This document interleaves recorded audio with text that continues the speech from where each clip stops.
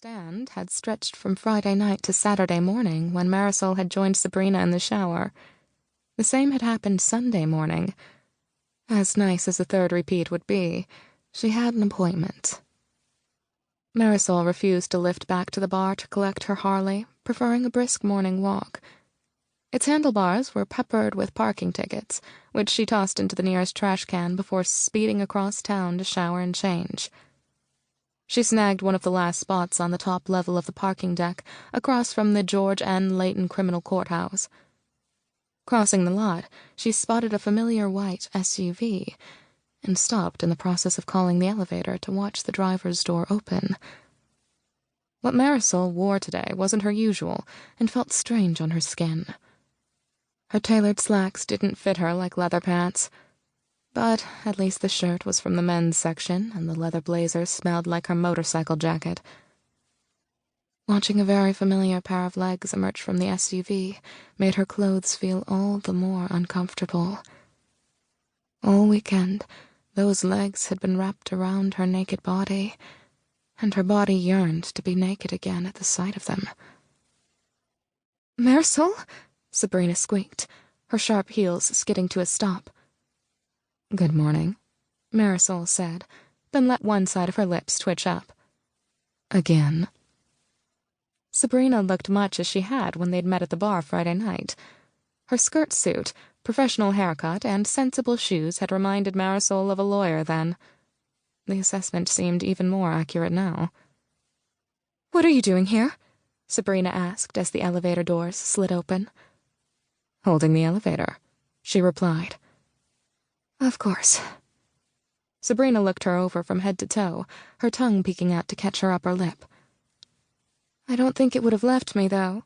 The elevators here are really slow." "Are they?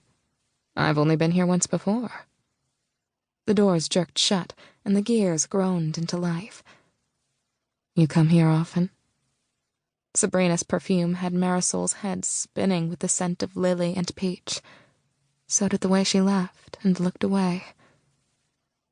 "Sorry," Marisol replied, her own smile widening. "That sounded like a line, didn't it?"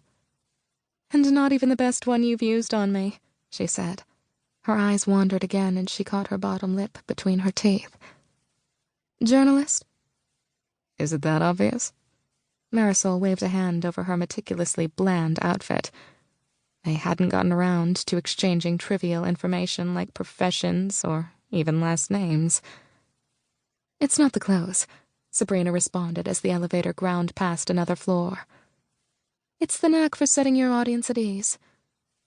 "So, you're at ease."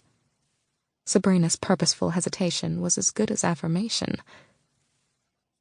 "To answer your question, I haven't come here often, but it'll be a regular stop from now on." "Ah," Marisol leaned in.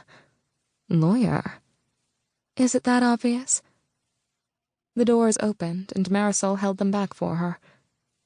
"It isn't the clothes. It's the knack of making your audience nervous."